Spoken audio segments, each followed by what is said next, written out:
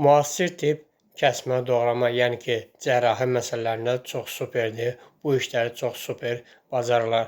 Amma kəsib doğrama insan vücudu üçün bir tələdir və ziyanlıdır. Yəni cərrahi əməliyyatdan sonra bir çox kimyəvi vasitələrdən asılı vəziyyətdə qalır. Bəs nədən bu vəziyyətə insan gəlib düşür?